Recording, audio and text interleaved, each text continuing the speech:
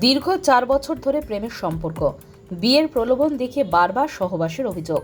বুধবার প্রেমিকাকে না জানি অন্যত্র বিয়ের চেষ্টা প্রেমিকের। হাতে নাতে ধরে ফেললেন প্রেমিকা, বসলেন ধর্নায়। মানিকচক থানার দ্বারস্থ হয়ে প্রেমিকের বিরুদ্ধে জানালেন লিখিত অভিযোগ। ঘটনা সম্পর্কে জানা গেছে, মানিকচকের লালবাথানি যুবতীর সঙ্গে ডোমহাটের এক যুবকের দীর্ঘ 4 বছরের প্রেমের সম্পর্ক রয়েছে। অভিযোগ, দীর্ঘদিন ধরে এই যুবক বিয়ের প্রতিশ্রুতি দিয়ে যুবতীর সঙ্গে বারবার সহবাস করেছে। কিন্তু বুধবার মেয়েটি সোশ্যাল মাধ্যমে জানতে পারেন যুবকের এদিন রেজিস্ট্রি বিবাহ রয়েছে। খবর পাওয়া মাত্রই যুবকের বাড়িতে হাজির হয় যুবতী। তবে সে সময় বাড়িতে ছিলেন যুবকের মা। সেই যুবতীকে মারধর করে ঘর থেকে বের করে দেয়। তারপরই যুবকের ঘরের বাইরে ধর্নায় বসে যুবতীটি। এই ঘটনাকে ঘিরে ব্যাপক শোরগোল পড়ে যায় এলাকায়। খবর পেয়ে মানিকচক থানার পুলিশ ঘটনাস্থলে উপস্থিত হয়ে যুবতীকে থানায় নিয়ে যায়। সেখানে যুবকের বিরুদ্ধে লিখিত অভিযোগ করেন যুবতীটি। এই বিষয়ে যুবতীটি বলেন, আমাদের দীর্ঘদিনের প্রেমের সম্পর্ক রয়েছে। যুবককে বিয়ের কথা বললে সে আমাকেই বিয়ে করবে বলে আশ্বাস দেয়। ছেলেটা আমার সঙ্গে 4 বছর ধরে রিলেশন করেছিল। আজকে ওর বিয়ে কি রেজিস্ট্রি করতে গেছে আজকে। আচ্ছা, আপনাদের প্রেমের সম্পর্ক ছিল? হ্যাঁ, প্রেমের সম্পর্ক। কতদিন ধরে? 4 বছর। উল্টো ছিল? ফোনের মাধ্যমে হয়েছিল, তার মধ্যে আমাদের দেখাশোনা, মানে আমাদের দিদির বাড়ি আছে তো, ওই জন্যই দেখাশোনা। কোথায় দিদির বাড়ি আপনার? আমার দিদির বাড়ি এখানে ডোমহাটে। তারপরে কি হলো? তারপরে মানিকচকে আমাদের সঙ্গে দেখা হতো, ঘুরতে টুরতে যেতাম, আমার বাড়িও যেত, যখন বলে তখন যেত, নিজে থেকেও যেত। বিয়ের কোনো প্রতিশ্রুতি হ্যাঁ, দিয়েছিল? বলেছিল। কি বলেছিল? বলেছিল আমাকে যে, আমি বলেছিলাম যে আমার বাড়ি থেকে দেখতে দেখতে আসছে, আমাকে বিয়ে ঠিক করতে। তো বলছে না, বাড়িতে বুঝিয়ে বলবে যে এখন না।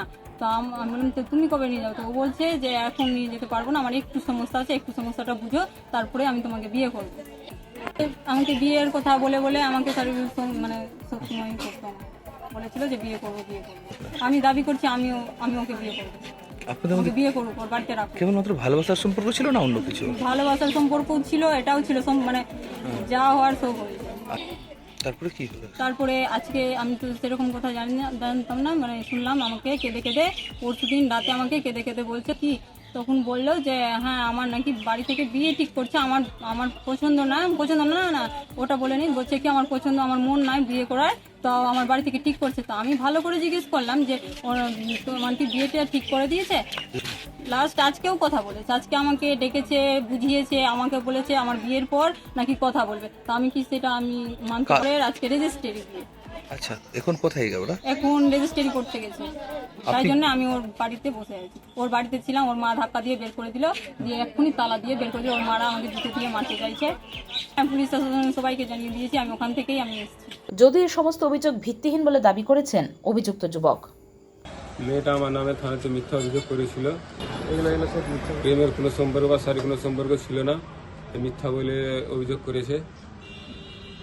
মেয়ে থেকে টাকা পয়সা নেওয়ার জন্য এইভাবে বলেছে, আমার বাড়িতে থানা দিয়েছে, কিন্তু এগুলো কোনো সম্পর্ক ছিল না। এগুলো সব মিথ্যে অভিযোগ করে সব মিথ্যে কথা বলছে। এখন ফেসবুক ফ্রেন্ড ছিল জাস্ট, এর থেকে আর বেশি কিছু ছিল না।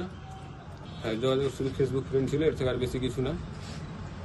Bureau news Bangla Times.